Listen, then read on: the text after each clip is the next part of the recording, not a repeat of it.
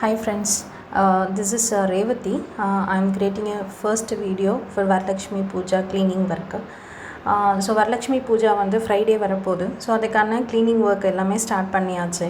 So நான் எல்லா சாமி படத்தையும் கீழே இறக்கி வச்சுட்டேன். ஸோ இதிலெல்லாம் பார்த்திங்கன்னா இந்த ஒயிட்டு இந்த வுட் ஒர்க்லலாம் பார்த்திங்கன்னா நிறைய பிளாக்காக வந்து இந்த எண்ணெய் பிசுக்குன்னு சொல்லுவாங்க இல்லையா, ஸோ அந்த மாதிரி நிறையா இருந்தது. அது எல்லாத்தையும் விம் போட்டு நல்லா வாஷ் பண்ணி நல்லா வந்து ட்ரை கிளாத் போட்டு நல்லா வைப் பண்ணி நல்லா ரெடி பண்ணி க்ளீனாக ஒயிட் ஆக்கியாச்சு. இப்போ நெக்ஸ்ட்டு வந்து பார்த்திங்கன்னா இந்த ஜன்னலெல்லாம் பார்த்திங்கன்னா ரொம்ப டஸ்ட்டாக இருக்குது. இப்போ அதெல்லாத்தையும் நான் க்ளீன் பண்ணணும். ஸோ அதில் வந்து நான் என்ன பண்ணியிருக்கேன்னா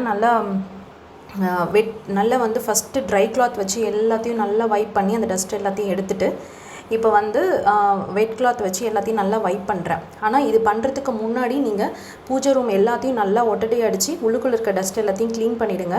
இல்லை அப்படின்னா திருப்பியும் ஒட்டடை அடிச்சிங்கன்னா இந்த கம்பியில் எல்லாத்தையும் திருப்பியும் டஸ்ட்டு வந்து போய் அடைஞ்சிடும். ஸோ நீங்கள் க்ளீன் பண்ணது எல்லாமே வேஸ்ட்டாக போயிடும். ஸோ நீங்கள் நல்லா கேர்ஃபுல்லாக பார்த்துக்கோங்க. இப்போ இது வந்து பார்த்திங்கன்னா இங்கே ஒரு விண்டோ காமிக்கிறேன் இல்லையா, இப்போ நாங்கள் போட்டிருக்க வீட்டில் விண்டோலாம் பார்த்திங்கன்னா இந்த நெட்டு வந்து அதுலேயே இன்பில்ட்டாக வந்திருக்கும். இப்போ இது வந்து யூபிவிசி விண்டோஸு.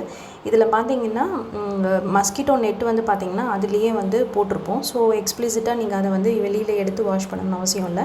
ஒரு ப்ரஷ் வச்சு நல்லா துடைச்சாலே போயிடும்.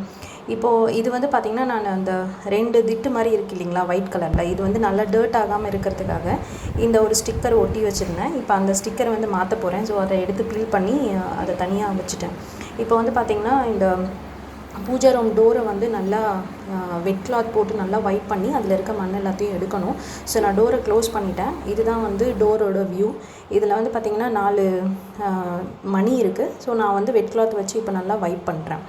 இப்போ நல்லா வைப் பண்ணிவிட்டு அந்த மணி எல்லாத்தையும் நல்லா வெட் கிளாத் வச்சு துடைச்சதுக்கப்புறம் பாருங்கள் இது எவ்வளோ பளிச்சுன்னு வந்திருக்கு. அந்த மணி எல்லாமே பாருங்கள் எவ்வளோ பளிச்சுன்னு இருக்குது.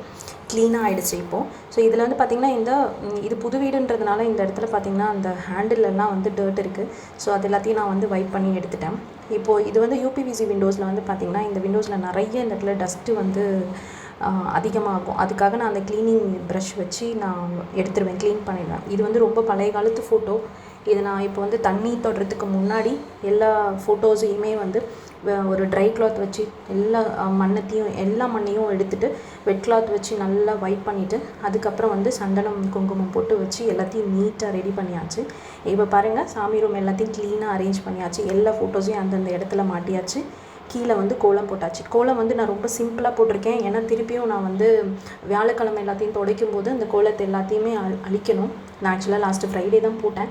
அதனால் நான் வந்து திருப்பியும் கோலம் போடலை. சிம்பிளாக வந்து கோலம் போட்டு அதை வந்து கம்ப்ளீட் பண்ணிட்டேன். ஆக்சுவலாக என்னோடய கோலம் எப்படி இருக்கும் அப்படின்னா, இப்போ பாருங்கள், இப்போ ஒரு ஸ்க்ரீன் வரும் பாருங்கள், இப்படி தான் என்னுடைய கோலம் இருக்கும். இந்த இடத்துல ஓம் சரவண பவன் எழுதியிருப்பேன், ஸ்ரீராம்னு போட்டு ஒரு வீணை வரைஞ்சிருப்பேன், கீழே ஒரு கோலம் போட்டிருப்பேன். இப்படி தாங்க இருக்கும் எங்கள் பூஜை ரூம்.